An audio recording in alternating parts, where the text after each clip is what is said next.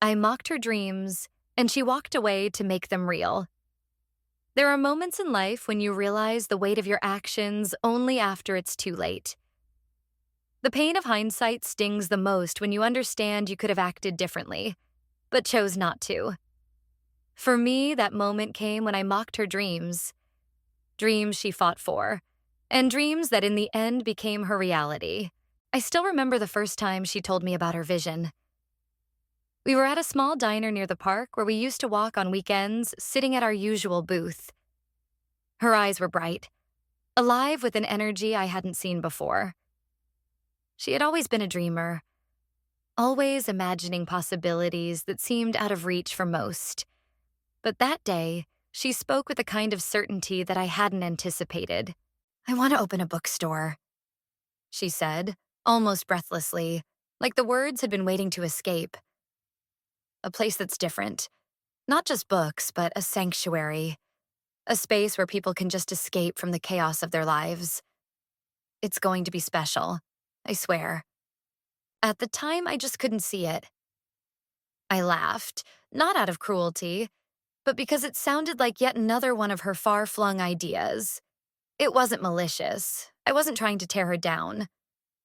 But deep down, I didn't believe it was possible. How could she? How could we? A bookstore? I scoffed. You really think you can make that work? It's a saturated market, and running a business, especially something as niche as that, takes a lot more than just good intentions. I saw the hurt flash in her eyes, but she didn't back down.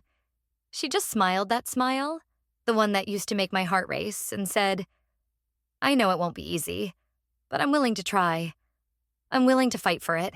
And there it was, the divide between us. She was willing to take the risk, to fight for a dream that seemed too big, too dangerous, and I was the practical one. The one who played it safe. The one who kept the bills paid and avoided getting caught up in big, risky ideas. I didn't just doubt her dream. I doubted her. Weeks passed, and things shifted. She started working on her plans in earnest, visiting other shops, researching costs, getting the layout together.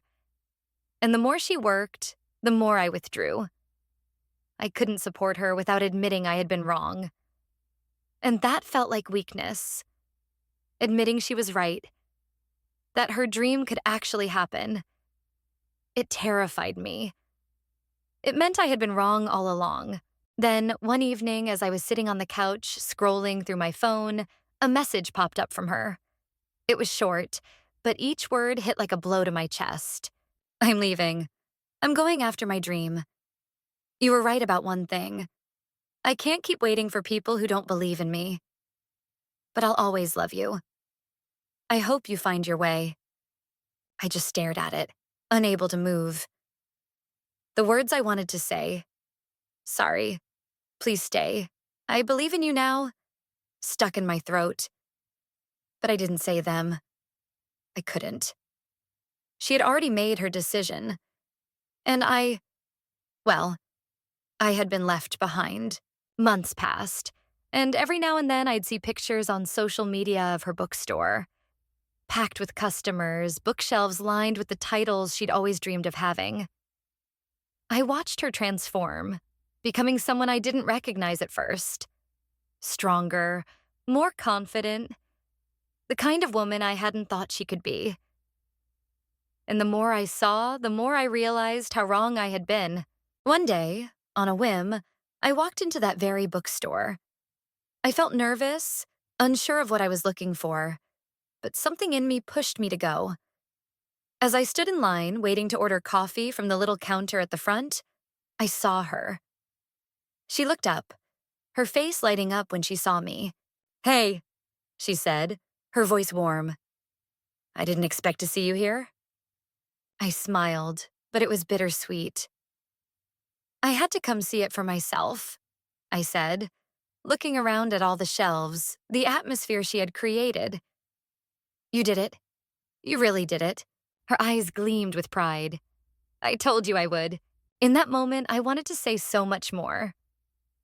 I wanted to apologize, to tell her how sorry I was for laughing at her dream, for not believing in her when she needed me the most.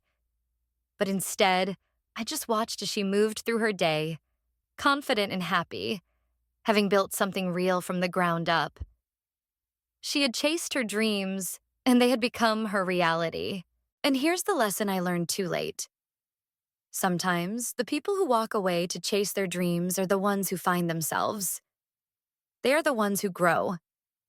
They become the best versions of themselves. And the ones who stay behind, they're the ones who learn the hardest lessons. She had walked away to chase her dreams, and in doing so, she gave me the greatest gift of all, the realization that dreams are worth fighting for. And more importantly, belief is something you have to give to others before you can expect it for yourself. What do you think? Was I right to doubt her? Or did I hold her back? Leave a comment below and share your thoughts on the line between support and skepticism in relationships.